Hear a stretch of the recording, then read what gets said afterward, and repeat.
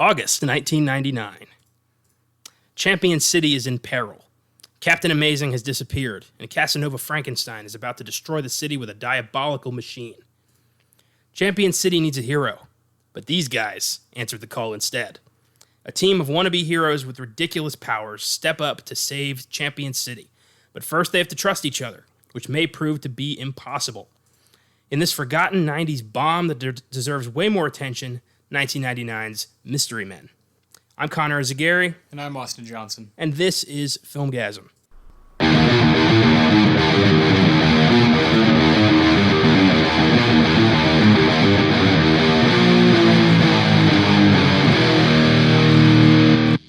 Welcome back to the Filmgazm podcast here in San Antonio. It is a blistering 110 degrees outside, which leads me to hope that this planet burns us alive before we all die from the plague of the 21st century. Just joshing, guys. Today is a great day because we are back in the studio recording together for the first time in 3 months. Yeah. It's good to be back, have some semblance of normality. It won't be regular, but we'll hopefully be able to do this a couple times a month. We'll see. Yeah, it's good these days with the podcast. It's good to have options, right? Yeah. And I think a lot of podcasts just all over the world have realized how valuable it is to have things like Zoom and Skype and whatever it may be that people use to communicate. And we've been very grateful for that, but it's definitely a treat. Yeah. Like you said, be in the studio, especially for a movie like Mystery Men. Yes. What better film to celebrate this reunion than Mystery Men? One of my personal favorites since I was a kid, and a film that I feel was wrongfully cast aside. Yeah, 100%. And it's just embodies the 1999, early 2000s, pop culture. And you pointed out that if it came out just a couple years later, probably could have made a lot more money. Yeah, because this did not even get close to breaking even. A year after this, X-Men came out. Yeah, yes. Superhero films became the big thing again. 2 Spider-Man years after that was Spider-Man. The year after that was X-Men 2. And then Batman. Then Batman. Everything just snowballed, and this missed the bus. Yeah. And this could have been a huge comedy hit if it just come out a year later. A year and a half. Yeah. It's such a missed opportunity. Not a lot of people know about this movie anymore. No, you really have to be, I think, of a certain age, of a certain generation to remember it. I think people in their 30s would be like, oh, yeah, fucking Mystery Men. But then if you're our age, you have to have had it as a child, right? Yeah. It's something that you have loved for a long time. Something that I honestly had not heard of. I was, I looked at it on IMDb and I was like, man, Connor, raves about this movie. He loves it. And I was just shocked by the amount of people that I love in the cast. Yeah. And we'll talk about the other crew members later. But yeah, it's astonishing that this movie just didn't hit. It's frustrating. It is. Especially, I hate when a bomb is a good movie. That's the worst. But before we get into that, we've got the Rewind, where we look into past episodes, see what's kicking. I've got 3 updates today. One for episode 15, John Wayne. One for episode 34, Halloween. And one for episode 56, The Invisible Man. I like 2 of those topics. You're going to like the update. Okay. So first up, USC's School of Cinematic Arts is going to be removing an exhibit dedicated to John Wayne after re-examining his racist and sexist views. And this comes mainly from his 1971 Playboy interview that we addressed in that episode, where he expressed his derogatory views on African Americans, Native Americans, and films with gay characters. Basically, to sum up episode 15, John Wayne is a piece of shit with about 5 good movies, and I'm all for removing the exhibit. How about you? Hell yeah, it's about goddamn time. Yeah, we should not be celebrating this fucking racist-ass cowboy. Yeah, who has given a voice to so many people that didn't need help getting a voice anyway. You know what I mean? He gave a voice to the wrong people. Yeah, and represents a part of our country that is not to be proud of. So no, fuck that guy. Yeah, absolutely. Replace it with some, an actor way more deserving.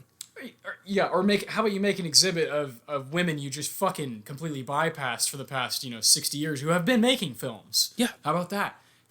We can go to fucking, anywhere to get John Wayne films. Like, do something that people are going to learn. Yeah.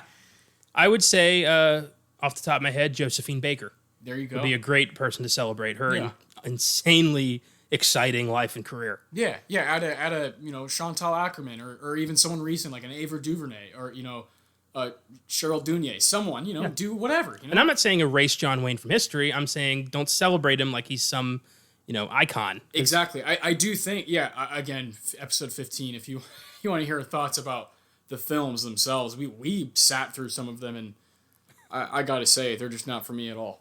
I liked a couple of them, but it really was the same movie over and over and over again. A lot of the same shots, a lot of the same characters, just, not for me. No, thank you. No. And again, off-the-screen stuff is uncalled for, unnecessary, and unacceptable. Yeah. So next up, we have the highly anticipated Halloween Kills has been delayed a year. Yeah. Now set to release in October 2021 with the follow-up Halloween Ends, now set for October 2022. Yeah. This comes fresh off the Halloween Kills teaser trailer, which just made me more upset about the long wait. It looks so good. Jamie Lee Curtis is returning as Laurie, David Gordon Greed's returning to direct. And yeah, I think it was a long shot that this was going to come out this year, but I just want to see it. Yeah. I've talked about on this podcast and our Oscar Sunday podcast about the kind of like towing the line here, where it gets kind of scary, where you either do need to make the call to push it back a whole year because you have no idea how long theaters are going to be affected by COVID, and then you have the like, shit, all your fans want to see that like now. Yeah.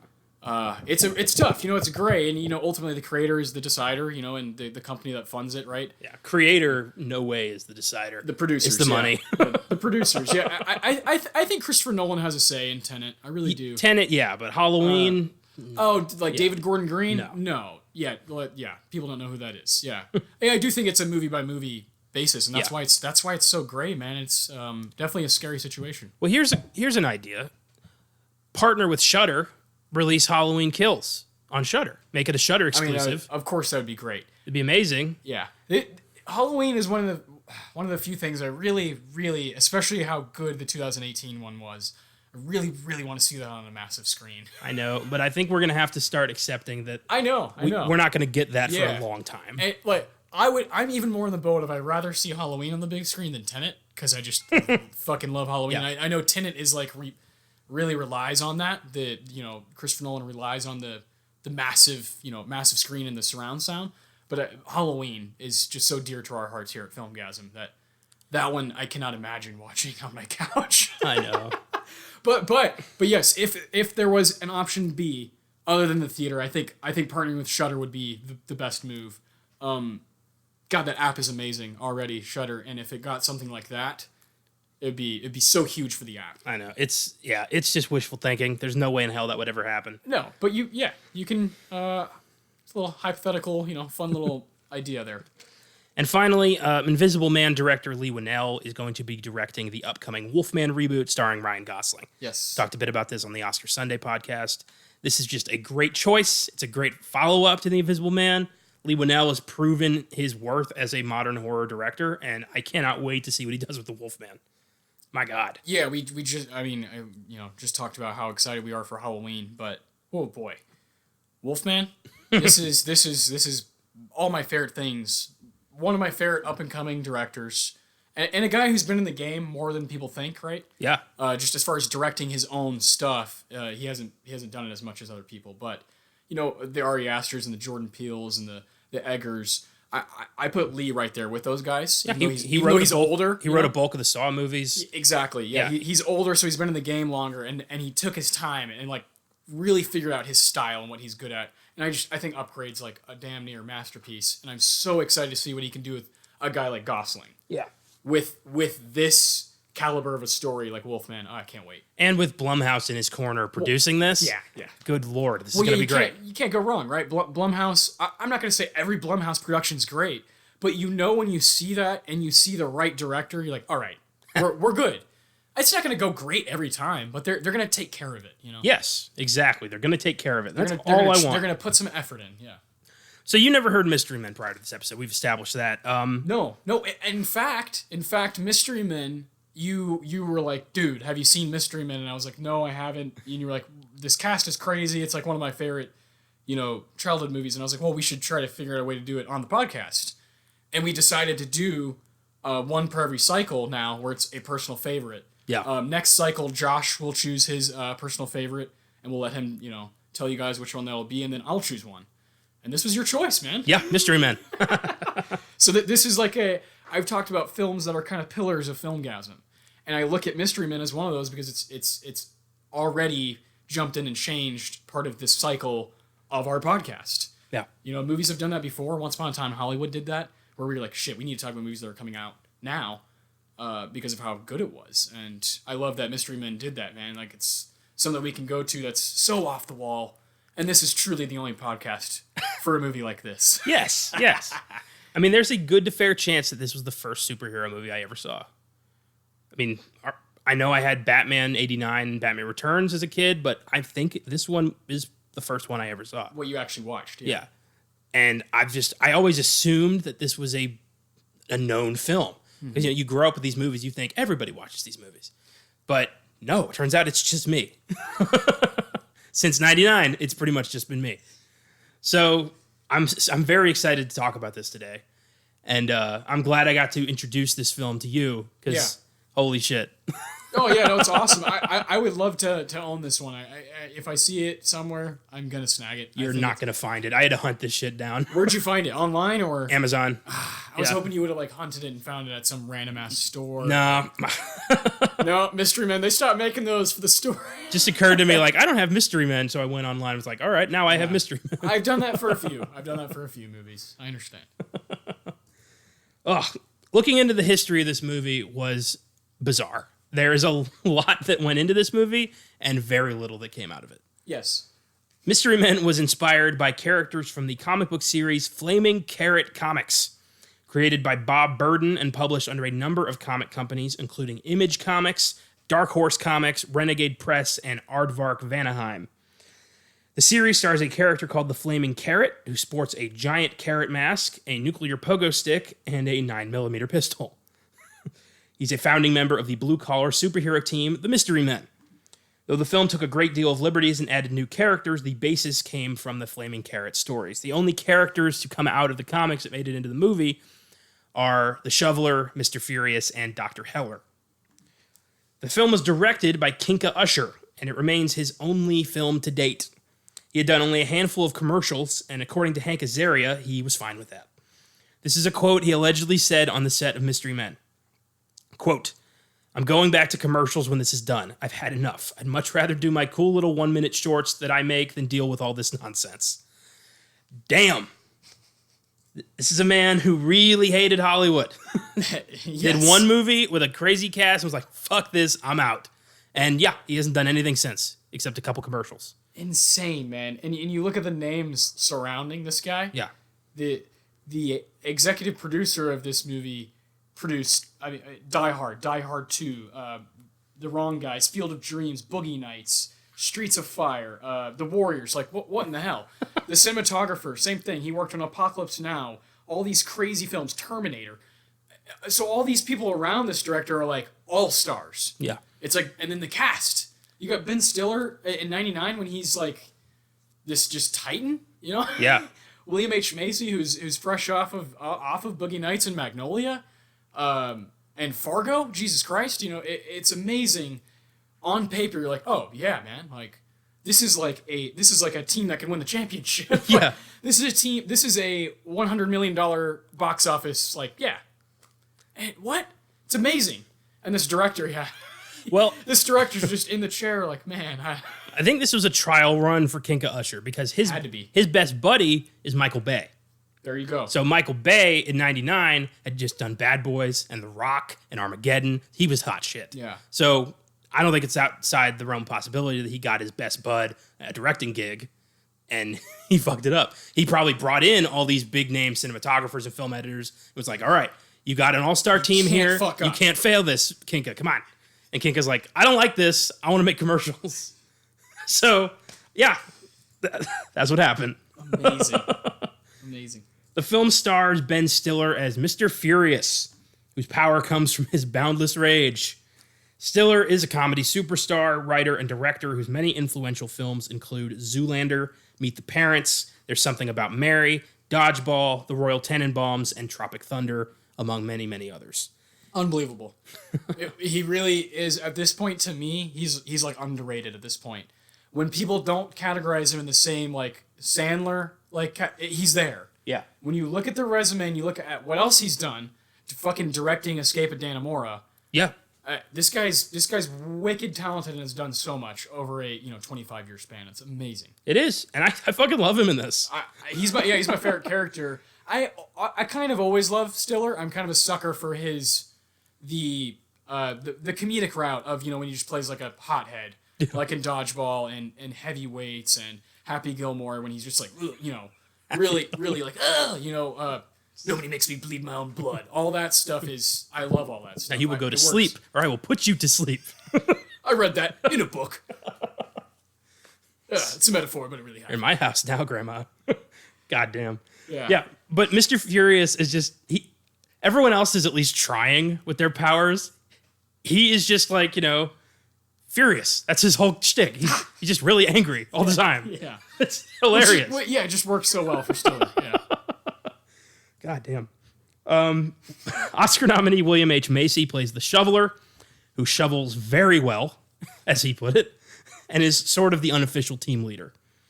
Macy was nominated for his performance in 1996's Fargo, and he's also appeared in films such as Magnolia, Boogie Nights, Air Force One, Jurassic Park 3, Seabiscuit, and he stars in the Showtime comedy series Shameless as Frank Gallagher. Woo! So William H. Macy is big stuff. And like you said, fresh off an Oscar nomination and a host of Paul Thomas Anderson movies, he plays the shoveler. Yeah. I fucking love that. I love a guy who's willing to do that. Who's willing to act, to put his fucking walls down. I love this cast. I love Jeffrey Rush. We're gonna get to him for doing this movie. I respect it. Lucille, God gave me a gift. I shovel well. Yeah. I shovel very well. God, when he goes home, when he goes home for the first time, and you see his family, and she's just like, "Don't encourage him." It's been 12 years. Yeah. That's like one of my favorite moments of the whole movie. I will get there. I love that part. I just love that his whole thing, like, he thinks he has a gift from God that he can shovel better than anybody on the planet. Okay. And William H. Macy, right? Isn't he kind of a master at like the helpless, like, okay, right? Whiz Kid Donnie Smith. Yeah. And in Fargo, he's just like back against the wall the whole movie. I totally buy him as a guy who wants to be a superhero, so he becomes the shoveler. I totally get that. 100%. William H. Macy can play the guy who is buying a lottery ticket every goddamn day. Yes. And I'd watch the movie just about him buying the ticket. Don't even care if he won, because he's never going to. Exactly. Here it is, Johnny. Like William H. Macy would fucking wave it in the clerk's face, and walk out. I would watch a movie about just that. He's got this like infectious optimism about him. I love it. Yeah, I adore him, man. Yeah. Oh. Vocal performance genius Hank Azaria plays the Blue Raja, a British accent sporting fork flinger who wears no blue but insists his name makes perfect sense if you are familiar with British history. Azaria is known mostly for his voice work on The Simpsons, voicing iconic characters like Moe, Chief Wiggum, Carl, Cletus, Comic Book Guy, Dr. Nick, Professor Frink, the Sea Captain, and up until recently, Apu. He's also appeared in films such as '98's Godzilla, The Birdcage, The Smurfs, and Night at the Museum, Battle of the Smithsonian. The Birdcage, man. All those different characters he can play on The Simpsons fucking blows my mind. That's a whole to have that in your bag as an actor and to be able to voice is very special. Hank Azaria is fucking awesome. I love him in this because you think he's British until his mom starts talking to him. He's like, "What are you doing?" Like he's just okay. And that was one of the scenes where I was like, "Man, this is really good directing." Like the way it's moving, I was like, "This just feels off." Like, why is this movie's like look so good and have this wonderful editing? It's like, oh, because these guys are like Hall of Famers. Yeah. Oh, Jesus, it's just the director that's a little lost. But even then, I don't think the directing's a problem in this. No. He's not lost. That's the wrong way to put it. He's up against some guys who are moving. The tempo of the movie is so fascinating. I highly suggest people please go seek out Mystery Men. Yes. Fucking rent it for $2.99. It is on Stars to stream if you have that. So perfect. Go to town. Please do that. Come back and listen because it's a special movie. It is a special movie. Comedian Janine Garofalo plays the bowler, who wields a bowling ball possessed by the ghost of her gangster father. Garofalo received critical acclaim for her role on The Larry Sanders Show and has appeared in such films as Romy and Michelle's High School Reunion, Wet Hot American Summer, and Ratatouille. And the bowler is interesting because she's so like antagonistic towards pretty much everybody. Yeah. But she also really wants to do the right thing. And I love her constant bickering with her dad. Because you never know, like, is there really a ghost in there or is she just schizophrenic? Exactly, yeah. I mean, I go with yes, there's a ghost in that ball. But what an interesting idea. I mean, holy shit. Just to have, the commitment to some of the character development is really cool. And really, again, really special because there's not a ton of time to go over the bowler, but what we do get is so good. Yeah, I would have loved a sequel to this. Oh, man.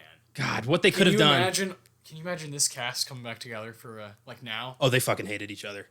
Really? Yeah. Like, the whole... like Nobody got while along. filming, yeah. Nobody got along on the set of this movie. So that's... Okay, right there is part of the director's job, right? Mm-hmm.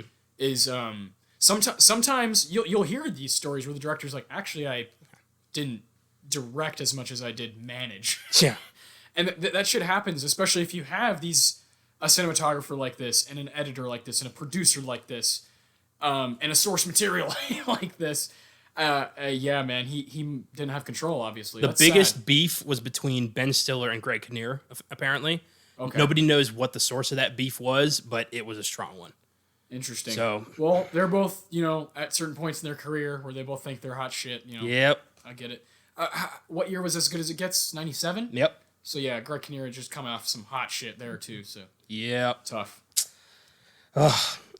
Paul Rubens plays the Spleen, a lisping weirdo who was cursed by a gypsy to have magic flatulence. Rubens will always be known for his role as bizarre man-child Pee-wee Herman from Pee-wee's Playhouse, Pee-wee's Big Adventure, and a number of other movies. In addition, he's also appeared in such films as Batman Returns, Buffy the Vampire Slayer, The Nightmare Before Christmas, and Matilda. And I like Paul Rubens. I don't care he was jacking off in a porno theater. Who wasn't? I love Paul Rubens. Who wasn't? Yeah, exactly. Yeah. What, is that news? What do you think people are going there to see these quality films? No, Nobody is. I really like the Skittles that they carry. Like what? Why are you at the porno theater? Well, they just do something with their popcorn. I don't know. I can eat it with one hand. I can eat it with one hand. Yeah. The Spleen is such a strange character. Truly, and this is this one may not work in everybody, right? Yeah, I've lost a lot. A lot of friends have like given up on the movie when the Spleen showed up. It's like the character, they're just like farting all the time. It's really gross. It's really no hygiene.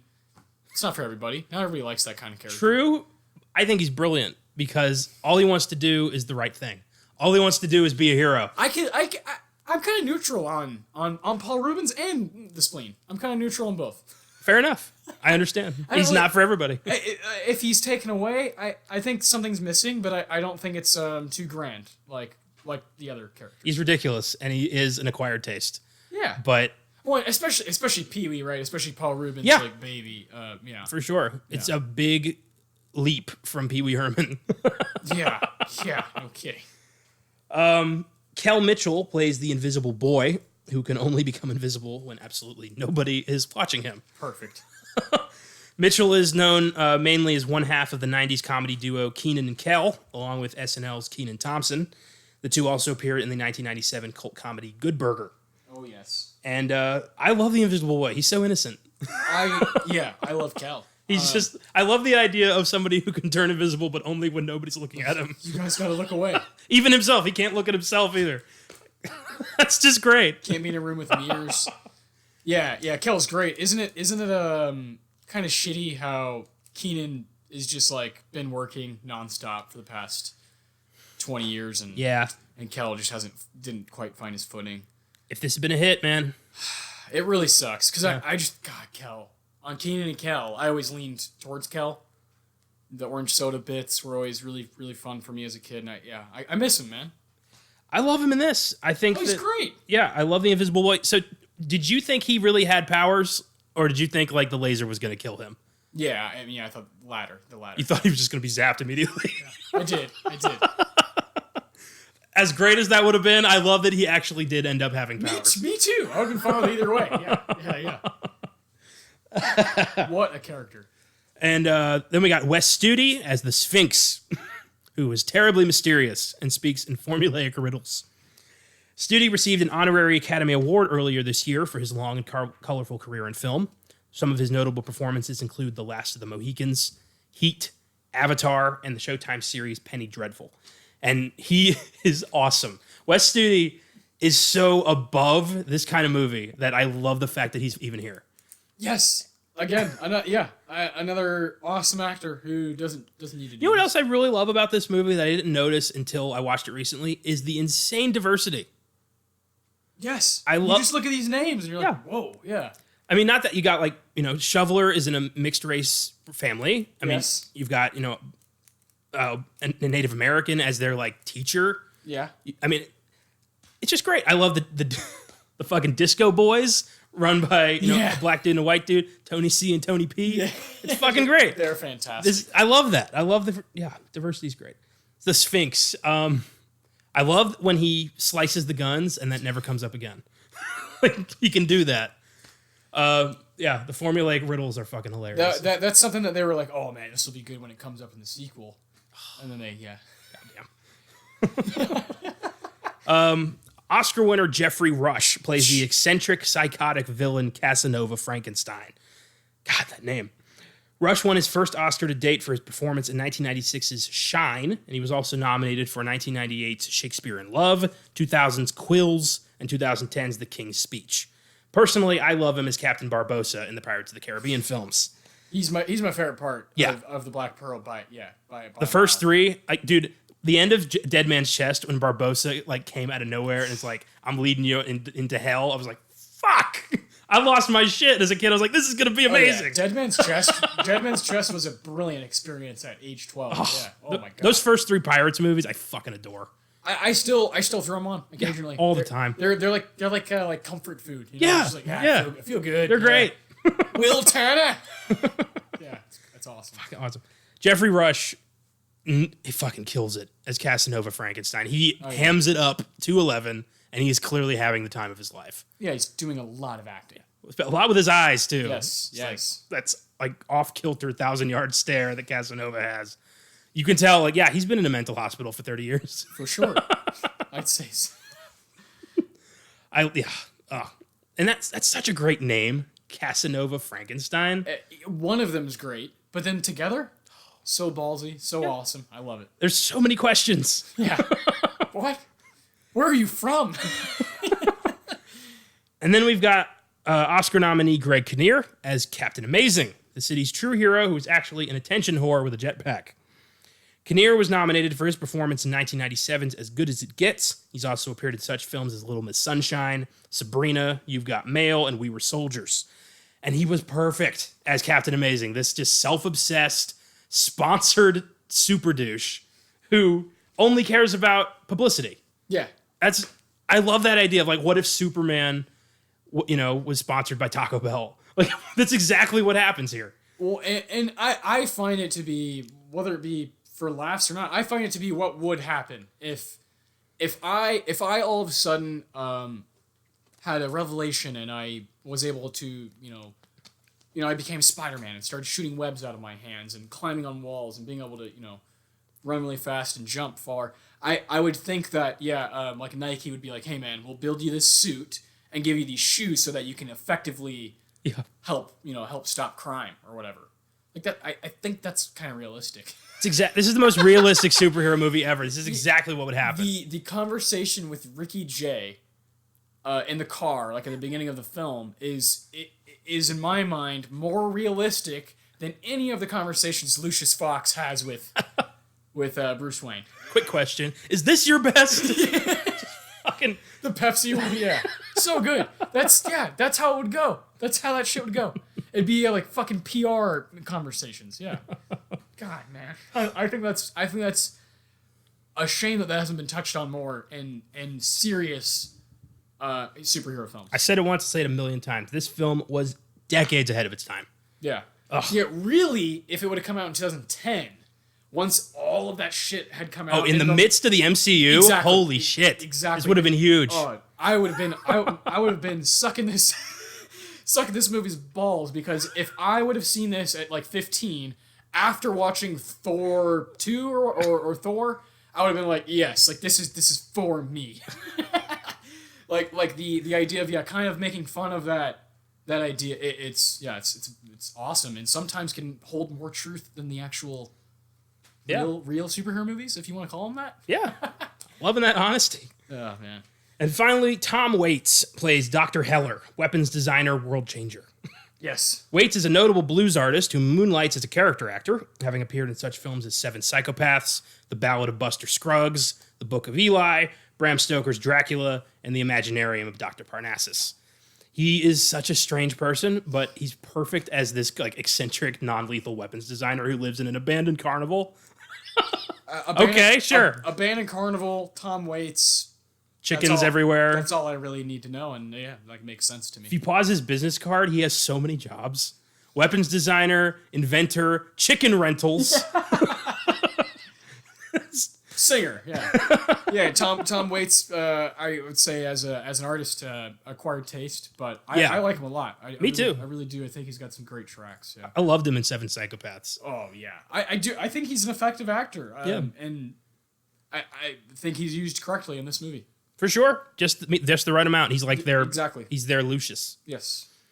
Mystery Men has an IMDb score of 6.1, Rotten Tomatoes score of 61%. It grossed only $33 million on a budget of $68 million and bombed hard at the box office. But I think it's become a cult hit by now, but not as well known as I would have thought. The cult should be a little bit bigger. Yes, indeed. So now let's go into the plot of Mystery Men. Oh boy. Okay, so Champion City. Looks like fucking New York City and Paris had an illegitimate child. Yes. That spoke Chinese for some reason, because there's Asian lettering on everything in this movie. Yes. And it's your generic superhero city, Gotham City, Metropolis. And we go to this old folks' home where these old folks are having some kind of like centennial or something, and it gets attacked by a gang called the Red Eyes. And they start robbing old people. And they're interrupted by the Blue Raja, the Shoveler, and Mr. Furious. And Mr. Furious, I love his introduction. People who don't close their mouths when they chew make me furious. Then he leaps off a table, lands on the fucking floor, and they drag him up. Beautiful. He doesn't land a single punch. What a little whipped cream, Mr. Cherry Top. Yeah. God, delivered so well. And they're all fucking up because they can't fight. Shoveler like hits Mr. Furious in the face. Blue Raja throws a fork at Shoveler's ass, and they're losing badly. Yeah. And then Captain Amazing shows up, beats all their asses. Everyone's thanking them, and and then his publicist comes out of nowhere and is like, "Let's meet the press." Like, fuck. Yeah. So it's like as if you're watching a basketball game, and LeBron plays really well, and then he goes over for the little interview afterwards. It's as if that, but superheroes. Yeah. Really messed up. And he's like, let me go talk to these folks here. They have a few questions. Yeah. So awesome. Furious is like laying on the floor with his head's bleeding. Shoveler and Blue Raja go and introduce themselves to Captain Amazing. Yeah. And he kind of makes fun of them. He's like, they're superheroes. Well, keep up the good work. And they take it as a salute. But Furious is like, yeah, he's fucking with us. Yeah. I love that. I love how Shoveler's like, oh right, and he saluted us. That was real. Stu's like, not like him, he's his antics immediately Stiller's gonna be on his game. Yeah. When this is my first time, and I was like, all right, when he jumps off the table, and then you hear the way he's talking, and you're like, okay, he's fucking locked in. At least that character's gonna be great, and then everybody else is too, man. And Captain Amazing's walking through the crowd. He completely bypasses that kid who wanted an autograph. Yeah, just like a dickhead athlete would or whatever. Yeah. He's answering questions from the press, and we're like, what do you do in your free time? He's like, oh, I wish I had some free time. And they ask him if it's true that he lost the Pepsi endorsement. He's like, I didn't hear about that. Gets in the car, and then he's just arguing with his publicist, like, is this your best? You lost Pepsi? He's like, look, I'm trying here. Yeah, which is fucking Ricky J. Like, how awesome is that? All of when he says, "I'm a publicist, not a magician." Yeah, That made me laugh. Yeah. I thought that was great. And he argues that if you want big news, you got to have big fights, and Captain Amazing defeated all of his enemies, so there's nothing left to publicize. Yeah. And he's like, well, he's arguing about like, well, get all these guys. I love. He's like, get Deathman, and Ricky Jay's like, Deathman's dead. I fucking love that line. Deathman's dead, man. And they go through all of his villains. Father Doom has life without parole. Armagesmo's in exile. Baron Von Chaos got the chair. Apocalypta's doing 50 years. Man, I don't have any more competition. And then they mention Casanova Frankenstein is locked up in a nut house. And Captain Amazing starts reminiscing about their battles and has an idea. But before that, the other superheroes are walking off their wounds. They run into these cops. And the cops are fucking with them. Yeah. Mr. Furious does not like to be fucked with. Yeah, he tells him, do me a favor, don't flip my switch tonight. He's like, the cops are like, oh yeah? Well, what would that do? His friends are like, don't turn around, don't do it. But he turns around and is like, I think you know exactly what that would do. And they start having a back and forth. Yes. And another one of my favorite lines when Furious says, don't mess with the volcano, my man, because I will go Pompeii on your Yes. It's ridiculous. I cannot wait for the moment that I can tell someone that I'm going to go Pompeii on their ass. Oh, my God. Yeah, so they just... Don't mess with the volcano. God. They walk away. This character and Tony Perkis from Heavyweights is like... What is Stiller doing, man? I love him so much. Oh, my God. So as they're walking away, they just tell him, dream on. Furious is shouting at them, I will keep dreaming. I will keep dreaming, my friend. And you'll be asleep. Yeah, you better hope that you're asleep. Sweet dreams. Yeah. Lilac. I'll keep dreaming. Fucking hell. Oh, man. Have you seen Envy? I fucking love Envy. Okay, that movie is very underrated. It's really, yeah. Him and Jack Black. A lot of what Furious is doing remind me of when he's like, oh, for God's sakes, light? When he's arguing with his wife in Envy. Light? Oh, God, I love him so much, man. Oh, my God. I see a lot of White Goodman in Mr. Furious. Oh, yeah. 100%. Like, if White Goodman had a good heart, this is what he would be. So we go to the insane asylum where Casanova Frankenstein is having his, 19th parole meeting. Yeah. And his therapist argues that he's cured, and everyone else is like, are you crazy? This guy nearly killed everybody. We probably shouldn't let him out. And they ask Casanova if he's got anything to say on his behalf, and he's, kissing their ass, oh, you are such good people. This is such a place of healing. We're all brothers. And then Amazing comes in, dressed in as his alter ego, billionaire Lance Hunt. Yeah. And Casanova and him kind of have a look. Right there, you're like, oh, Frankenstein knows exactly who he is. Yeah. He's his Lex Luthor. That's what this is. Yes. And Lance Hunt argues that he just had dinner with Captain Amazing, and he gave him a letter, and it's a letter arguing for Casanova to have a second chance. If you look at the letter, it's a fucking grocery list. Because Captain Amazing is full of shit. That's one of his powers. So with the board saying well, if Captain Amazing's on board, then I guess we don't have a choice. And they release Casanova. And Casanova goes back to the city oh, it's time. I'm going to fuck this place up. Game on. Yeah. He's been waiting for this for 30 years. So Furious, Shoveler, Blue Raja go to have dinner at this cafe they frequent, and they're just talking about well, what do we do? And Furious is like, well, I know a guy who knows a publicist, so we throw in 150, and he's like, I don't have 150. These guys are not, they're blue collar. And I love that Furious is there's another moment a little bit earlier where he's questioning their commitment. Because he's like, you guys really going home? There's still time in the night left to, fight crime. And he's like, fine, I'll do it alone, or whatever. And I love that. I love that kind of commitment from any character who's just, no matter what, even if it doesn't, matter or mean anything. It reminds me a lot of Charlie Day's antics in It's Always Sunny, where it's he keeps doing this thing, even if nobody pays attention or nobody notices or nobody cares. He keeps going because that's his character. Because that's what a hero does. Well, not Charlie, but Furious. Yeah. Well, I love how I'm gonna go Pompeii. You could say, well, when Charlie's like, I'm gonna go America. His ass, you know. I can see the gang trying to be superheroes, but I feel like they would take the Captain Amazing approach to wanting to be superheroes. Yeah. Well, yeah. You got Dennis. We need to find sponsors. God, it's perfect. Oh my god. I just for some reason the scene where Dennis is like, I need my tools, just popped into my head. I must have my tools. Fucking crazy son of a bitch. So when they're at this restaurant, they start talking. Furious is convinced that Lance Hunt is Captain Amazing, and I love Shoveler's response is like, Lance Hunt has glasses. Yeah. So ridiculous. They meet the waitress, and her name's Monica. It never comes up in the movie, but in the cast list, her name is Monica, and that's Claire Forlani. And Furious has a thing for her, but he's very off-putting because he's constantly insulting her when he gets angry. And after their dinner, they're leaving, and they see some less than reputable characters show up in a big old pimpmobile. Mr. Tony C. and Tony P.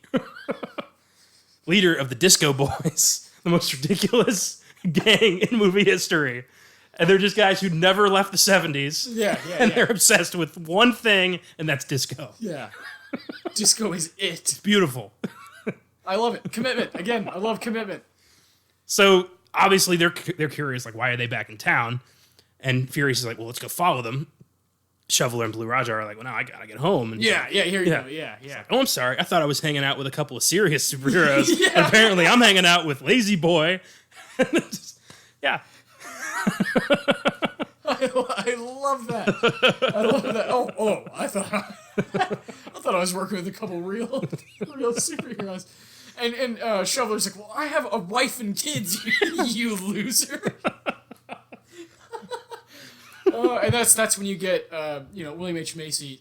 To me, some awesome acting when he's so good at these like awkward, like just coming home, like, hey honey, I'm home. In Fargo, like he does that over and over. Honey, I'm home. The timid. But in this case, it's a little bit different. And you see his wife and you see his kids, and you're like, oh man, the little kid like believes in him. Yeah. But you get it from the wife's point of view. I mean, this is a dangerous city. Yeah. I mean, there's crime everywhere. 12 years. That's a long time. Yeah. That's a long time to be shoveling. Yeah. Shoveling crime. Yeah. Oh, man. So Furious takes it upon himself. He's going to go follow the Disco Boys. Yes. He's like, well, I guess tonight the lone wolf hunts alone. Yeah. that whole line, you're waiting for him to say something smart, but no. The lone wolf. He's trying to start his motorcycle and he trips and falls and hurts his balls. I love that. He drives after them.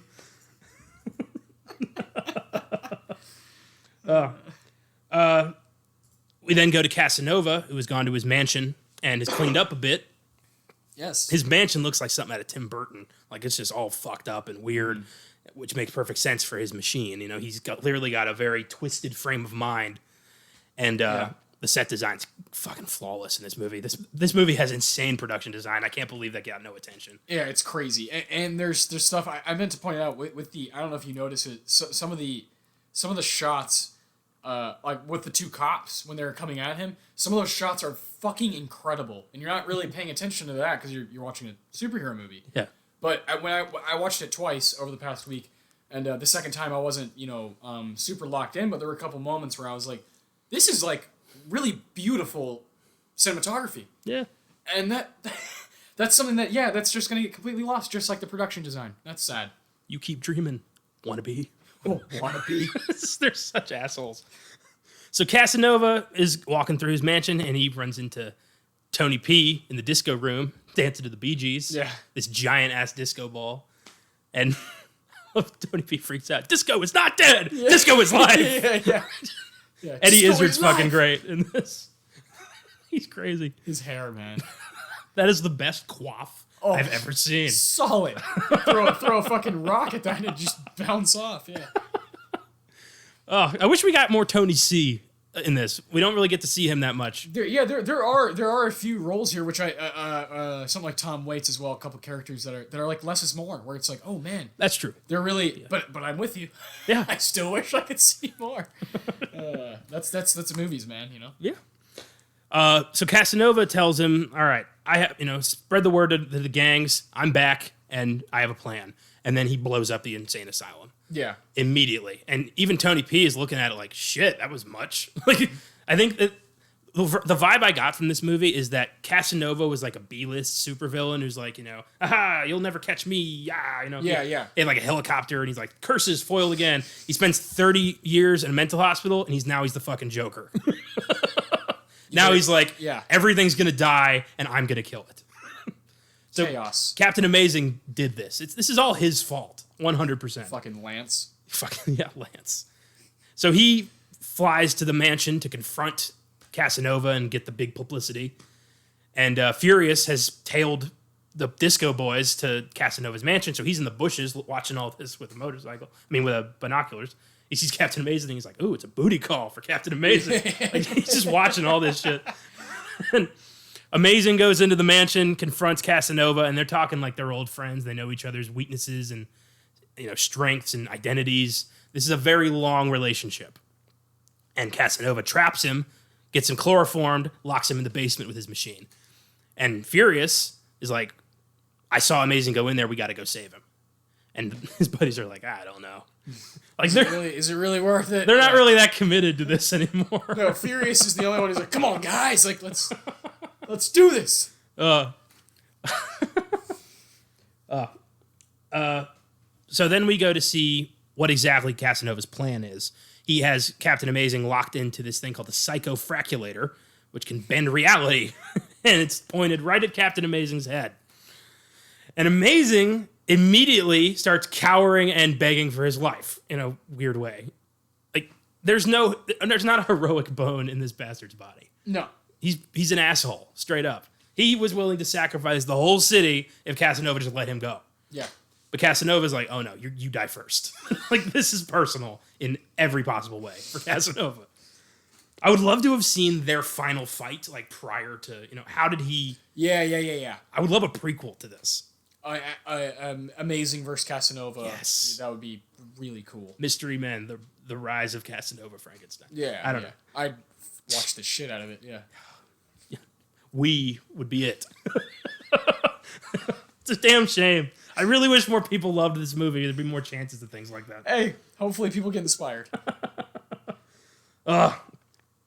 So, Furious, the Shoveler, and the Blue Raja try to go save Captain Amazing and are immediately confronted by the Disco Boys. Yes. And what they start doing is mocking the Disco Boys for not having a commitment to the disco flavor. They're like, why do you have a pipe? What are you, the disco plumber? There's no theme here. Like, damn, these guys have a set. I don't care if they are disco. If a fucking gang is about to beat me to death, I would be a little bit more scared. Me too. Jeez. Oh, man. Yeah, so they get their ass kicked by the Disco Boys. Yeah. And are like, well, shit, we can't get in there. There's too many of them. And Furious is like, well, what if we level the playing field? Let's get more heroes. And Shoveler's like, who? Yeah. And they're like, well, there's got to be somebody. And Blue Raja brings up the Sphinx. And they're like, well, what's his power? It's like, well, he's mysterious. He's terribly mysterious. They're like, that's it. And Shoveler pokes in, well, and he can cut guns in half with his mind. Oh. That afterthought. Terribly mysterious. So, with that in mind, Shoveler heard about another guy. So they go talk to the Invisible Boy. Yeah. Who is immediately like, well, I've been waiting for this my whole life, for somebody to recognize my talents. And he goes up to his room and yells to his dad, hey, I'm going to my room with 3 strange men. Dad doesn't even look up from the paper. That part's so weird. His dad's just watching TV. Hey, Dad, I'm going to the room. I'm going to my room with 3 strange men. What? Such a strange line. I thought it was hilarious. Me too. And he explains the nature of his powers to the guys, and what it is he can only turn invisible if nobody's looking at him. And they're all like, "Well, this kid's full of shit. I guess we'll go check somebody else." Yeah. But then he's like, "Well, hey, haven't you guys ever had a dream? By the way, I know how to network. I can find all these heroes for you." And they're like, "All right, you're in, kid." So Invisible Boy gives them leads on a whole bunch of other superheroes, and as they're talking, the spleen walks into their cafe, and they're all like, "Oh God, it's this guy." Yeah, shit. Yeah, it's like the guy who walks in. You're having lunch with your buddies, and this guy walks in. And you're like, oh. We all know that guy. Like, please, everybody, get your backpack and put it next to you so there's no space. Yep. Ugh. Yeah. Everybody knows that guy. Yeah, we all have dealt with a few of them, probably. We've all got a spleen. And he walks up to them and is like, "Hey, I heard you're looking for superheroes." And they're like, "Oh no, in fact, we're leaving." And as they get up, the waitress comes by with their food. Yeah, I love that. That's great. And he's like, "Oh, we're just leaving." He's like, "Why are you guys always dissing me? I have powers." And Invisible Boy's curious. He's like, "What can you do?" And he's like, "Well, here's the story." And they're like, "Oh shit." And apparently, he was walking down the street. He farted. He blamed it on a gypsy woman. She was pissed and cursed him with a very powerful flatulence. Yeah, that's kind of the gist. It's a very weird story. This is one of the characters that doesn't need a prequel or a. It's good. As no, a side, we don't need a prequel. It's good as a side character. We do not need to know his story. Yeah. So he demonstrates, and it's actually kind of amazing what he can do. It's a very useful power, believe it or not. Oh yeah. He knocks out the whole damn restaurant with his fart. It's and Invisible Boy's like, "Holy shit, you're in!" And they're like, "You're disgusting." Holy shit. So they decide, all right, fine, you can hang around, and they decide that if they hold the tryouts in a place with a swimming pool, they'll probably get more. And so they hold it at Shoveler's house, and his wife is pissed. She's like, "A lot of men I could have married, still is." I love that. Oh, that's great. William H. Macy. Now, come on. One person vomits in the pool, we're getting divorced, and he's like, "That's fair." And now they have the tryouts, which is, oh my God, hilarious. So the tryouts, they meet a few superheroes, including the Waffler, Yes. played by Dane Cook. Yeah. Who has I had no idea. You really have to scroll a long way to get to him on IMDb. Oh, I yeah. had no idea he was in this movie. That blew my mind. How do you feel about Dane Cook? I fucking hate Dane Cook, but I love the Waffler. Yeah, I've never liked his stand-up at all. And then the few movies he's like, like been the main character, like Good Luck Chuck, or it's just not for me. I was really into Mr. Brooks until he showed up.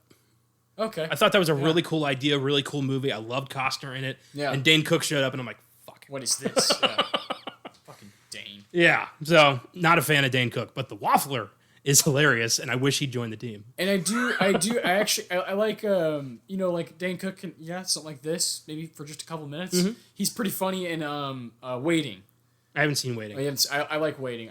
You'll like sort of relate to Waiting because you've worked. That's what it. I had like 8 different people at Draft House tell me I needed to see Waiting. Yeah. Oh, for sure. I think people who work since it came out, I think anybody who works in the food industry and has ever like handed a plate of food to somebody who is disrespectful to them. Oh yeah. Should see Waiting because Waiting's got a few things that are great. And Dane Cook plays one of the cooks in the back, so you very rarely see him, and he's actually really funny in it because he's just like. He's the guy who someone comes in right before the kitchen closes and he's like, "Fuck!" He's going nuts, and that's that movie's good. You like that a lot, just from. But point being, Dane Cook should never be in something more than like 5 minutes. I'd say like 20 seconds. 20 seconds. Yeah, 5 minutes is a bit much. That's the cap. Yeah, 20 seconds cap. Because we get to see his low-fat truth syrup and his griddle of justice. Yes. Griddle. I bash the enemy in the head, or I burn them like so. Like, that whole bit is fucking great. He asks them if they have a health plan. Awesome. Oh, my God. They meet Pencilhead and son of Pencilhead. They erase crime. Clever. I like This that. fucking parade of, just stupid idiots. They meet Ballerina Man, who's just this, dude in a cloak and a tutu. Yes. Ballerina Man. They meet a couple Wonder Women who kick each other's asses because they copied their costumes. Yes. They meet PMS Avenger, who only works 4 days a month. There's a couple other guys. My favorite was the bullfighter, because that guy was clearly unstable. Oh my God. I'm Squeegee Man. Do you feel its power? God. That is one of my favorite parts, just the montage. Well, yeah, you're waiting for it, right? You know that scene's coming. You're watching a movie called Mystery Men with these ragtag. Yeah. If superheroes. these are the guys who are actually doing it, who are the worst Yes. guys? Who are the rejects of the rejects? Oh my gosh. God damn. And they close it up and they're like, well, that was a wash. And then the bowler shows up. Yes. And she asks if she's too late to try out. And they're like, yeah, you're going to have to pretend to be a superhero somewhere else. She's like, oh, yeah? And hurls her bowling ball at them and it flies across the pool. And they're like, oh, shit, she's the real deal. And so they bring her into the team. Yeah. Now they've got 5.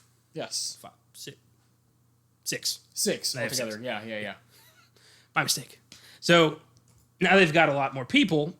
They're driving around and they run into Casanova, who's driving around with the Disco Boys. They follow them and they beat the shit out of Casanova's limo. It's hilarious. Furious is up on the roof screaming, the roof, Yes, the roof is on fire. People who live in glass houses shouldn't, because this is what happens. And he like breaks his elbow on their window. People who live in glass houses. You find out through this that Tony P killed the bowler's father. Yes. And his ghost is inside her bowling ball, so he wants revenge, big time. And after they beat the shit out of the car, they all go celebrate a victory. And there's just a little scene, but when Furious like throws the candy and it lands on his teeth.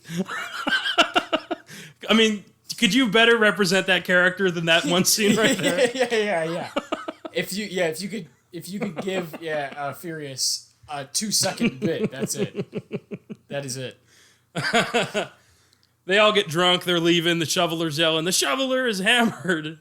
And the Disco Boys are there to fuck them up because they trashed their car. So they line them up execution style, and they're going to kill all of them. And all of their guns cut in half. And they're all like, what? So they leave. And who comes out of the shadows but the Sphinx? Terribly mysterious. And they're like, oh my God, you're the Sphinx. And he's like, and you are fools.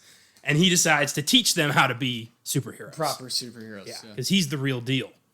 And there's a deleted scene where Wes Studi is a dishwasher in a Mexican restaurant. And he hears what's going on. And he puts down his dishes, gets the cloak, and goes and helps them out. Because he knows what's going down. That's right. He's a real goddamn hero. The Sphinx. I really wish that was in the movie. Luis Guzman plays the restaurant owner. Okay, that's insane, because when I was just talking about waiting, he's one of the other cooks with Dane Cook. That's wild. Yeah. There's a deleted scene on the DVD of that. There's an alternate ending that's really cool that I'll talk about later. So they go to talk to the Sphinx, and he's giving a lot of his sayings are just ridiculous. They make some like weird bit of sense. To learn my teachings, I must first teach you how to learn. And they're all like, wow. And Furious is like, what? Yeah, it's ridiculous. Yeah, that's my main point for him being my favorite character is his skepticism of the Sphinx is awesome. Yeah.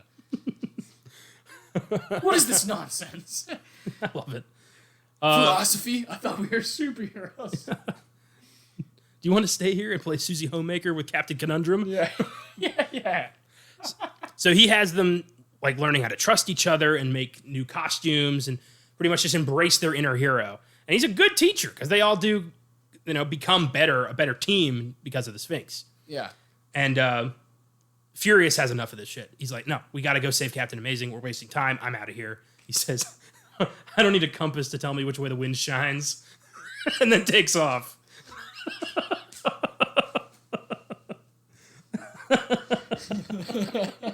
It's so stupid. Oh. So, yeah. I like when they're doing the training montage and you see Furious balancing the tack hammer on his head, and he's like, why am I wearing the watermelon on my feet? Yeah. And Sphinx is like, I don't remember telling you to do that. He just looks down. And he walks away. Like, I don't know why you're wearing watermelon. Why is that in the movie? I don't know. But it's awesome. Just a quick glance at Ben Stiller's feet, and he's got giant watermelon shoes. That's amazing. That's the stuff that this movie keeps doing while Smash Mouth is playing. Yeah, All Star. The official song of 1999 to like early 2001. Yes. Yeah. Smash Mouth, very popular in comedy during that time. Yeah. Oh, God. He who questions training only trains himself in asking questions. What? So he takes off. He's kind of just vegging out at the cafe. That waitress comes over to talk to him and says, like, where are your friends? He's like, you mean my team? My super team? She's like, yeah. She doesn't take him seriously at all. And I love that so much. And he walks her home. He finally manages to talk to her after he's a little sincere. And he walks her home, and she says, like, well, why don't you just go back? And he's like, I can't do that. I stormed out this morning. It wouldn't be right. And she's like, they're your friends. They'll understand. And he's like, well, yeah, I'm Mr. Furious, right? I stormed out. Why can't I storm back? It'd be perfect. She's like, just don't play it. Just go. Don't play it. Just go. And also, you see the Disco Boys following her. They're keeping tabs. Yeah. So Furious goes back to talk to them after they decide to. I think this is before. Do they go talk to Heller before they go to rescue Amazing or after? I thought it was before. It's before because he's talking. Yeah, okay. So first they go to talk to Dr. Heller to get some weapons. Yeah. And they go there, and he's in an abandoned carnival. There's chickens everywhere. There's this weird sound, and everyone's a little unnerved. It's got to be Tom Waits. Yeah.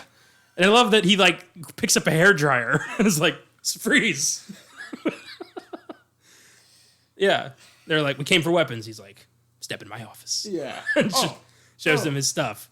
He's got a thing called a blame thrower, which, like, makes people angry at each other. I love that. That sounds great. He's got a shrinker, which shrinks people's clothes based on simple dry cleaning technology.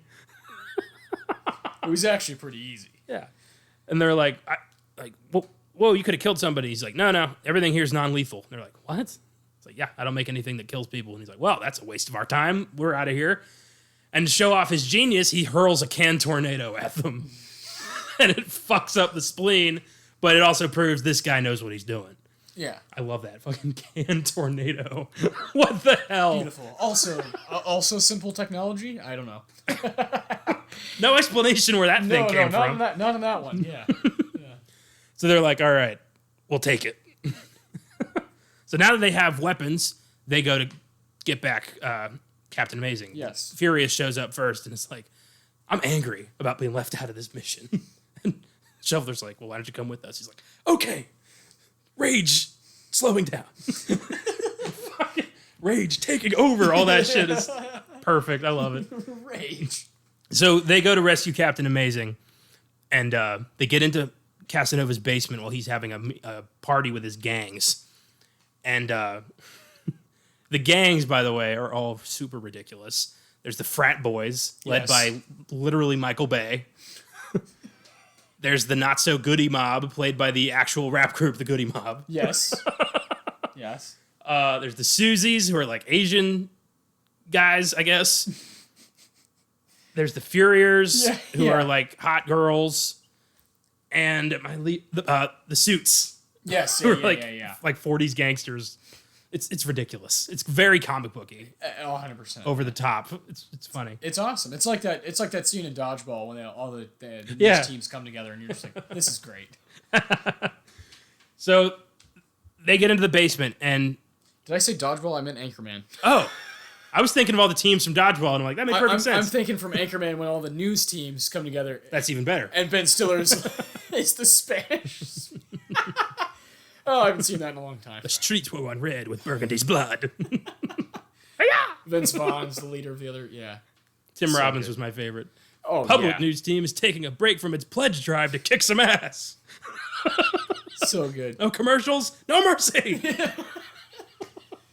That's great. I might watch that later. That's a good movie. Yeah. That's a classic, huh? For that decade, for sure. So they get into the basement, and you hear somebody go, hey. And somebody says, who was that? And somebody goes, not me. And they're like, you don't have to say, not me. And Amazing's like, hey, morons, over here. They turn on the light. He's fastened into this machine that he inexplicably knows how to turn off. I don't know why. So Furious and the Bowler start doing the toggles, as Amazing calls me. Like, what do you mean toggles? You mean switches? Like, yeah. Toggles. So they flip the first toggle, and something happens. Blue Raja is like overexcited, and Amazing's like, "Could you just go over there?" He's very on edge, but he has a good reason right now. His life's in the hands of morons right now. Yeah. No kidding. They flip the second toggle. Amazing gets distracted and tells them, I just told you to flip the second toggle. And Boulder's like, again? He's like, what? Uh-oh. I love Amazing gets very tense. He's like, no, flip it again. One time. Flip it. He just gets really freaked out. Suddenly, there's a ticking clock and he's screaming, flip it! And they're just like, what do we do? Can we reset? It's like, no, you can't reset. Just flip it. And Blue Raja's like, I'll do it. And he flips the wrong switch, and Amazing gets fraculated. Yes. He gets warped and destroyed. And suddenly they're all like, fuck. We just killed him. Shoveler's like, what do you mean we? I was right here. They go to check his pulse, and he's basically, a vegetable. Not even a vegetable. He's like, he's fucked up is really the only way to describe him. Yes. He's just like warped beyond recognition. They leave after they hear Casanova come, and Casanova walks in and is like, oh shit, what happened? I don't think he was going to do it. No, neither do I. Yeah. I think that there was like I don't want to say respect, but it was more like a Tom and Jerry kind of thing. Yeah, let's see. Right here on Filmgazm, I remember talking about, we did Shutter Island and Gangs of New York 1 week. Mm-hmm. And I remember talking about Bill the Butcher. And then I remember talking about, I cannot remember his name, on Itchy the Killer. And how they need competition. Yeah. Desperately need competition because they're so good at what they do. And I brought up Michael Jordan, who retired because he was quote-unquote bored. I think it was because of gambling problems, but I think that's why he went to play baseball. But he retired because he was on top and was like, "There's no one can challenge me anymore." How does he play basketball dragging that huge set of balls around? Jesus Christ! Yeah, to say that in the NBA, like all you were beneath me, I'm out. When he retired, when MJ retired in '93, I think a lot had to do with his father passing away. I think a lot had to do with his gambling addiction. That was like very, very real. And, a lot of people knew about it. And I think part of him was legitimately like, I want to go try something new. Yeah. Because I'm so damn good at this. And then he made Space Jam and came back. And won 3 more championships. So yeah. And I love comparing like athletes and movie characters. And I love that Casanova is the kind of character I look at as, I need my competition. Yeah. I need it. And that's where the respect comes in. That's where like a lot of our favorite like like Apollo Creed versus Rocky, when they first start and you're like, man, they just have this like, I need you to keep fighting me. Yeah. Because it's kind of fun, because it's competitive. Yeah. And Casanova needs that. I think they had like a Batman Joker relationship. Yes. Because there was this comic where Joker thought that he'd killed Batman, and he was depressed. He's like, what do I do now? Well, yeah. He went sane and he got a job at a bank. Yeah. But then he found out Batman was alive, and immediately he went like, I'm back. Back to normal. So Casanova I don't think he was going to kill Captain Amazing, and this is very much like a, shit. I guess I got to go through with this now. Yeah. And I love that. I love that out of a villain. Yeah. Who feeds off of not just power, but competing, constantly competing. I love that. Well, his look on his face is very much like, oh God. Like, it's like watching a friend die, almost. Yeah. Well, and like, if someone's going to do it, it should have been me, God damn it. Yeah, there's a lot of that, too. There's definitely a lot of the, like, well, fuck yeah. Well, he finds a fork and realizes, oh shit, it's those assholes who broke my car. Yeah. And he screams, a fish fork is no match for my machine. Yeah. Like, he is pissed that these idiots got the better of him. So he's like, all right, we should take out some insurance. Mm-hmm. So that's when they kidnap the waitress. Yeah. Or they're going to. So they go back to Dr. Heller's to find out what the hell this machine was. And Heller, being an expert in weapons, knows exactly what this thing is. It's a psychofraculator, which can create, like, turn illusions into reality and fry the brain and warp everything in sight. It's a very dangerous machine. Most of the scientists who worked on it end up in the mental hospital, which is exactly where Casanova's been for 30 years. Yeah. So they're all like, well, what do we do, Sphinx? And Sphinx is like, sometimes the true hero is the one who has the courage to run away. And they're like, I like that. All right, let's fuck off. Yeah. And Shoveler's like, we can't run. And he's making egg salad. And he argues, it's full of cholesterol. Wife won't let me touch it. Doesn't seem to matter anymore. We're all going to be dead anyway. And they're all like, well, what? He's like, no use waiting for the cavalry because we are the cavalry. I love this speech so much. Me too. He's like, it's time to step up. We are the heroes. We're the only ones who can save the city. So let's, nut up or shut up. Face the music. Yeah. What have we been working towards? This. Yeah. Yes. This is what we play for. Shoveling for the past 12 years for this moment. God. So he tells him, like, it's time. Like, so we're going to kick some Casanova butter. Or am I going to eat this sandwich?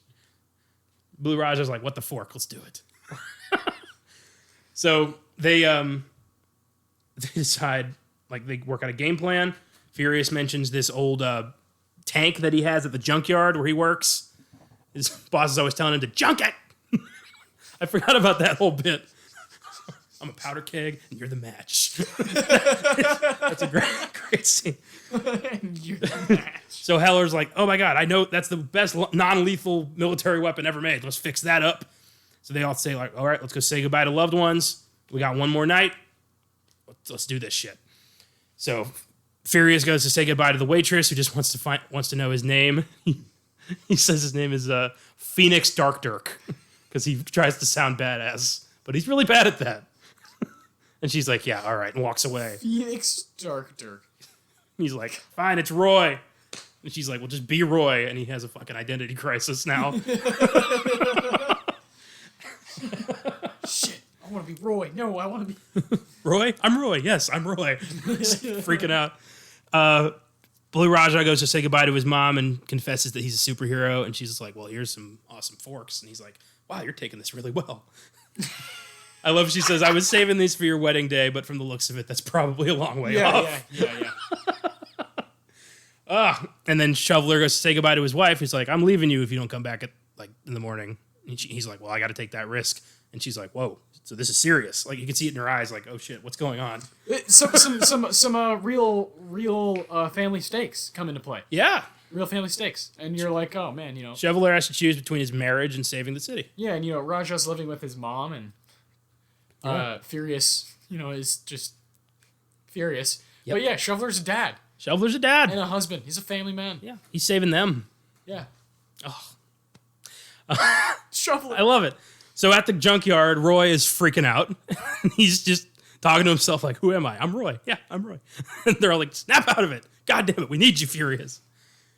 They're like, come on, man. They told the urban legends that he once lifted a city bus. And he's like, well, it's more of a push, really. And they're like, that still takes a bunch of strength. Like, well, the guy had his foot on the accelerator just in the beginning. Then it really was me. They're like, well, shit. There goes the legend. There goes the legend. So they put on their new costumes, and it's an awesome montage. I love when they walk out of the fog as, like, the new mystery men. Like, this is them. Yeah. Like, it's fucking Gandalf the Grey to Gandalf the White or something. Furious tries to turn around, and they grab him. They get into the Jeep, and they start driving to Casanova's place, and he's having a big old, end-of-the-world party. They drive through his door and use this big magnet to take all their guns. Love that. And now it's on. Showdown. Casanova's people get behind this laser guarded area. Invisible Boy uses his power to turn off the laser. I don't know why his clothes come off. He's not a ghost. I don't know. They turn around and he's butt ass naked, and they're like, maybe you should put some shorts on if you want to keep going. Come on, Cal. Casanova's putting his people where they need to be, and Shoveler goes after these disco boys. I love that. He starts beating their asses with shovel. It's got to be satisfying to take those assholes down. Yeah, dude. I was hoping that would happen. Any idiot who's doing a disco dance in front of me, I want to beat with a shovel anyway. It'd be nice to have an excuse. Oh, shut the fuck. Yeah. I love it. He throws that one guy out the fucking window. Yeah. And then Tony C shows up and starts fighting him with a curtain rod. Love it. He disarms the shoveler, and he yells, dig this, shovel man, and hits him, but he stops him with a trowel, and then beats him right in the fucking face with the shovel. Tony C is out. Hell yeah. Disco man. You probably tell by my enthusiasm that I really love this movie. Hell yeah, because it's great. Oh. So, they work their way through the mansion. Sphinx disarms the Furiers by hitting them with the shrinker, and their clothes shrink. They didn't really put up much of a fight. No. Big Tobacco gets the gun, Yeah. or the flamethrower after they used it on the Goody Mob. They're just yelling and slapping each other. And Spleen ends up getting shot in the ass and tries to test his powers, and it wipes out the Susies. Yeah. Valuable.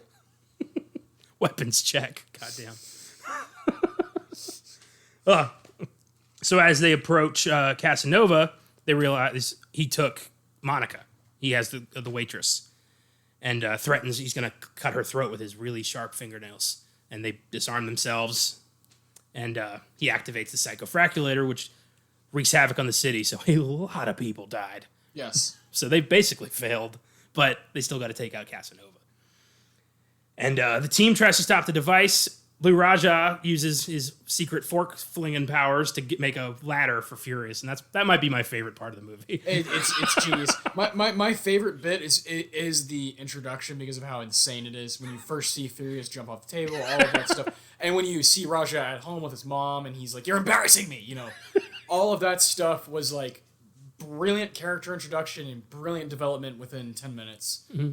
But this is a close second. Right here, it's like they're fucking real heroes. They're a Yeah, team. They're yeah. going to do this. Yeah. And the music swells, and you gets see like authentic, yeah. the determination in his eyes, and he's like just fucking awesome, man. He climbs up the forks. He gets to the top, and he's like going to take on Frankenstein. And Furious says the stupidest line in the movie. I can't say it without laughing. They must have ripped the Q section out of my dictionary because I don't know the meaning of the word quit.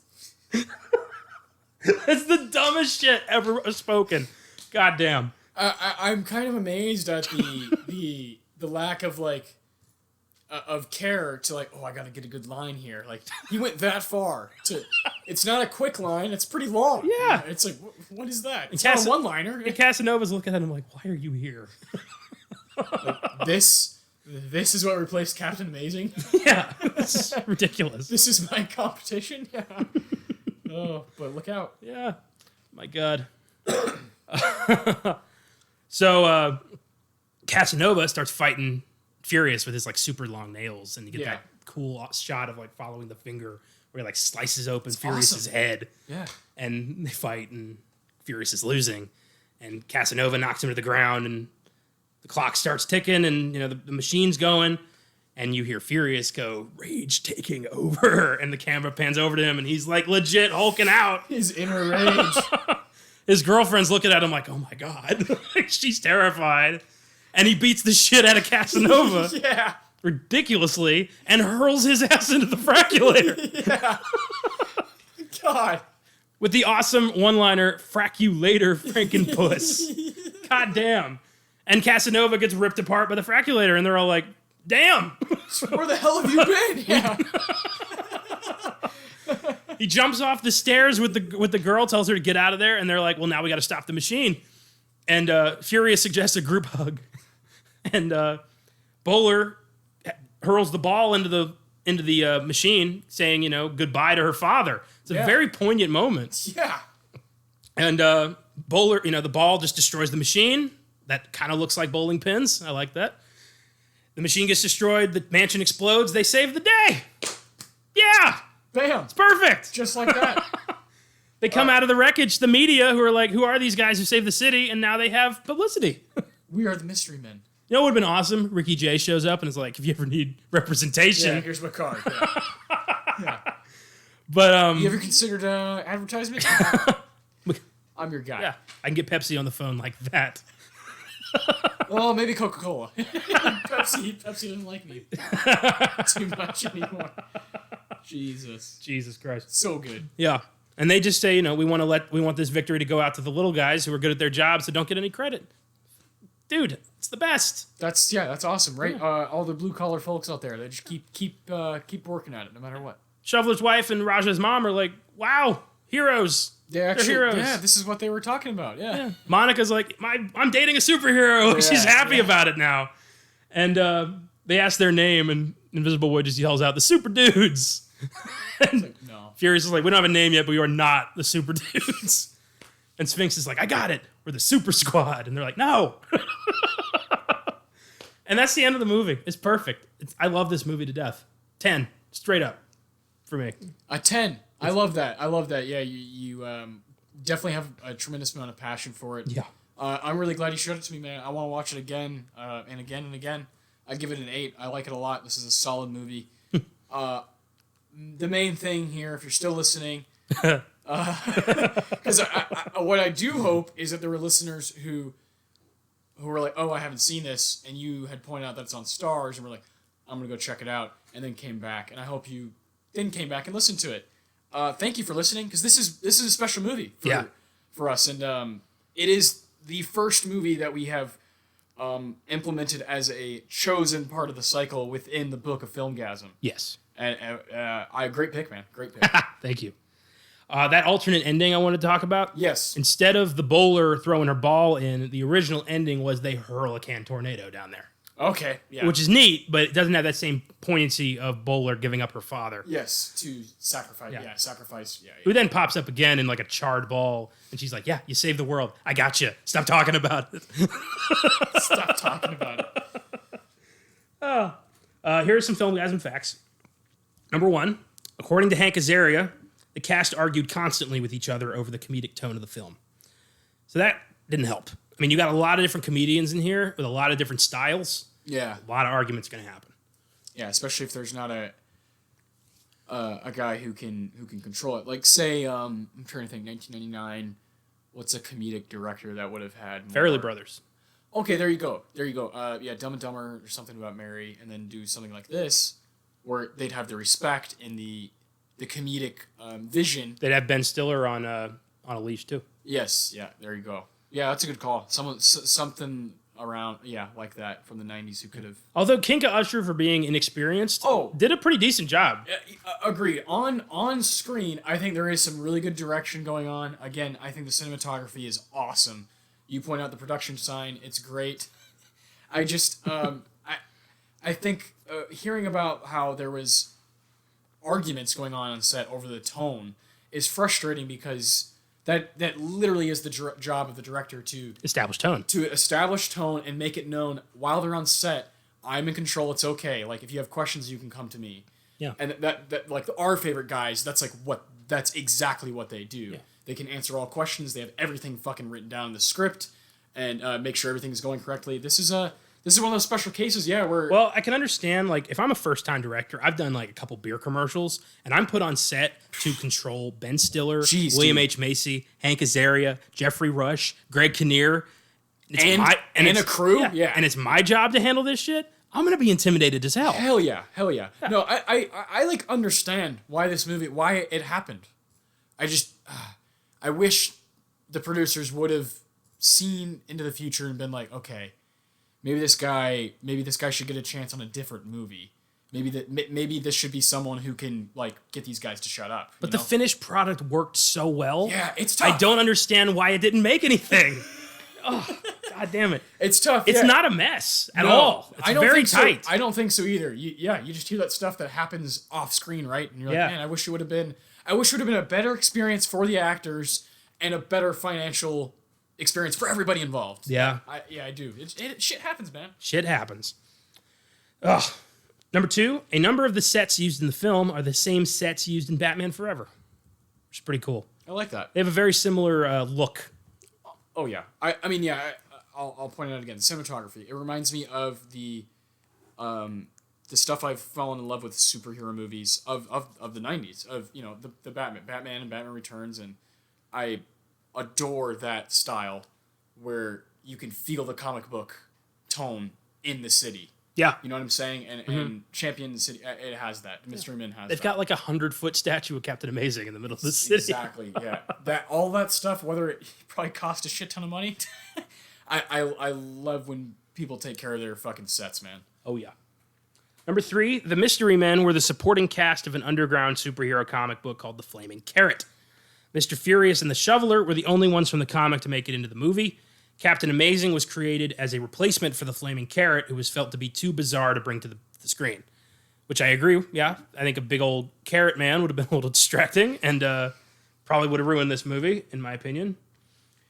Number 4, the wannabe heroes auditioning at the pool party include 2 Power Women, Super Vac Man, the Reverse Psychologist, Mr. Pups, the Waffler, Ballerina Man, Mailman, Pencil Man, Son of Pencil Man, Little Miss Vengeance, Squeegee Man, Maintainer, The Artiste, Big Billy Hillbilly, PMS Avenger, Radio Man, Two Pigs, Martial Artist, Gorilla, Evil Devil Woman, Global Man, Gardener, The Bullfighter, Stilt Man, Fisherman, and Thirsty Man.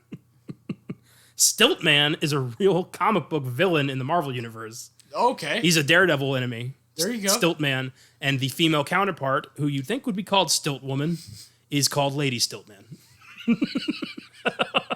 Lady Stiltman. Yeah. Sometimes, for every Kingpin and Bullseye, you got about 50 shitty ones. I give Mystery Men a solid 10 out of 10. It's a personal favorite. I love it to death. I think it's a brilliant satire of superhero movies, and it's way ahead of its time. Hell yeah. Definitely ahead of its time, man.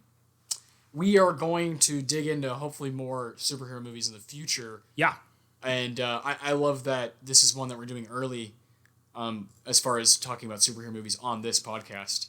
We've opened the floodgates for sci-fi, fantasy, action. Yeah, and we talked about Joker. We had a special Weird Shit Wednesday about the Joker character, and we got to kind of dive into, the animated films as well, and, the special contributions from guys like Mark Hamill.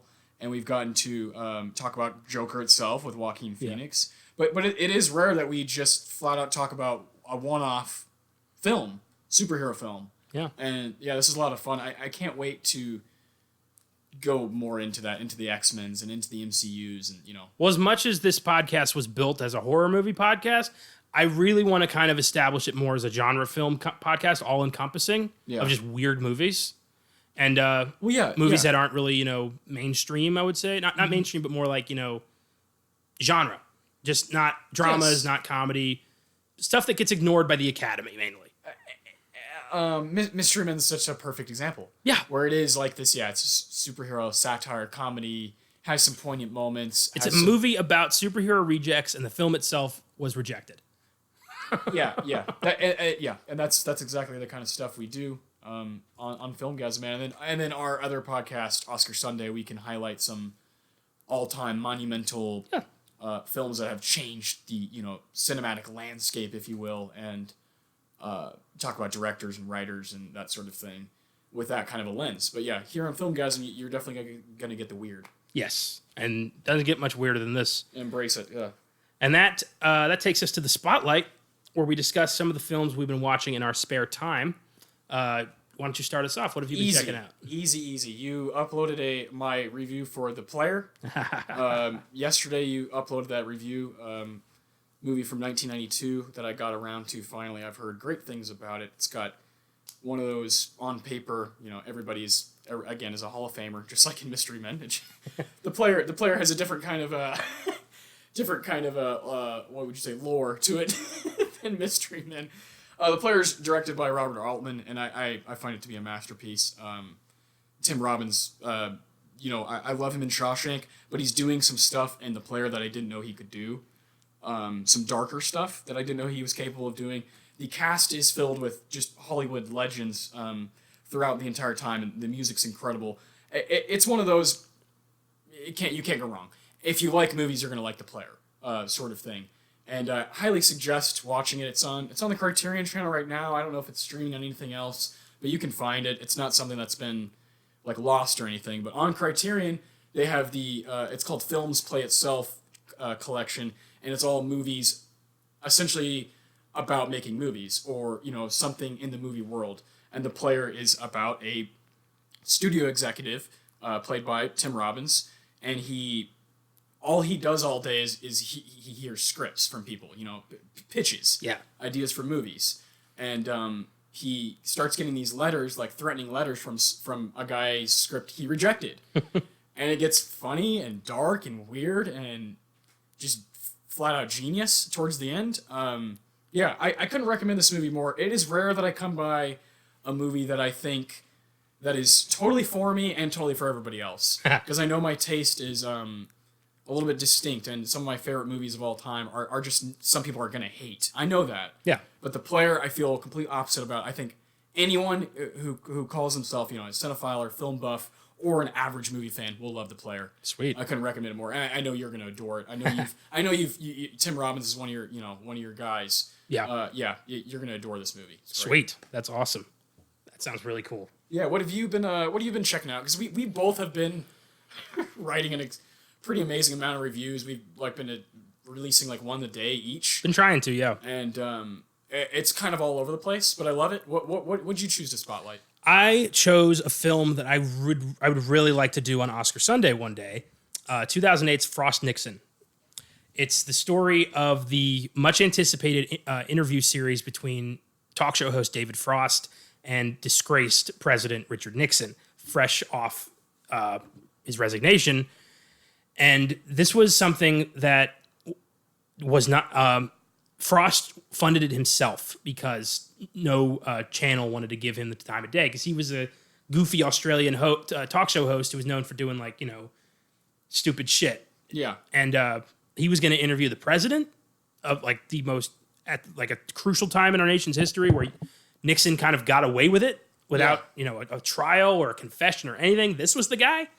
So he did it all himself out of pocket, interviewed Nixon, and became the man who broke Richard Nixon on camera. Yeah. Got him to admit that he was involved in a cover-up.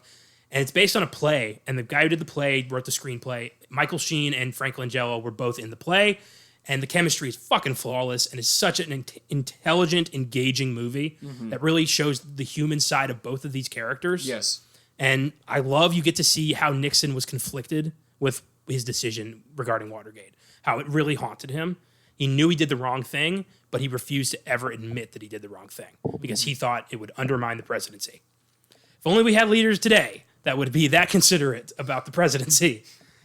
But Frost Nixon's a must-see for any history buffs out there, for anybody looking for just really good performances. Yes. A good back and forth. Ron Howard, who made the movie, called it the thinking man's Rocky, which is pretty neat because I love that. It very much is like a mental boxing match between these two. And yeah, I couldn't recommend it enough. It was a great movie. Hell yeah, man. I've always thought Michael Sheen is just criminally underrated. Insane. I love Michael Sheen. Criminally. And for him to not be up from this movie and for Frank to be up is fucking stupid. He got snubbed for this. He got snubbed for The Queen. Oh, well, yeah. A movie that I think he's absolutely, devastating and is The Damned United, but nobody gives a shit about a movie about soccer, about Leeds United and Nottingham Forest and the 70s and 80s. But he can fucking do that. He can do this massive American story, or he can do what he does best in England, and just play a soccer manager. It's incredible. I love him. Have you seen any episodes of the show Prodigal Son? Fuck yeah, of course. Fuck yeah, of course. Michael Sheen plays a deranged serial killer on that show. He's fucking unbelievable. He's the best thing about that show. He's why I was interested in it. He's so good in that show. I wonder, why is he here? He is leagues better than everybody on this show. He's holding this show up. Why? How much is he getting paid? Yeah, Jesus Christ. I hope he's getting points. Yeah, man. Frost Nixon's a great call, and it will for sure be something we'll do on Oscar Sunday. 2008's an interesting year, and it was up for Best Picture, and I think it has should have had a better chance. Yeah. Yeah, I agree. That is all for this week, listeners. This Sunday, if you want another dose of movie fun, we're discussing the 1934 comedy It Happened One Night on our second podcast, Oscar Sunday. Next week, we're going back to 2014 to tackle a little-known horror gem. When a soldier arrives at a family's house claiming to be the friend of their son who was killed, they take him in and he becomes a family friend. But soon, weird shit starts happening, and they begin to realize the soldier is not who he says he is. All this and more in 2014's The Guest, which is currently streaming on Netflix if you'd like to watch along with us. Until then, remember, anybody can be a hero if you have colorful tights and a vague skill. From now on, we're Movie Man and the Projector, fighting crime with the power of useless movie trivia. See you next Wednesday. Peace.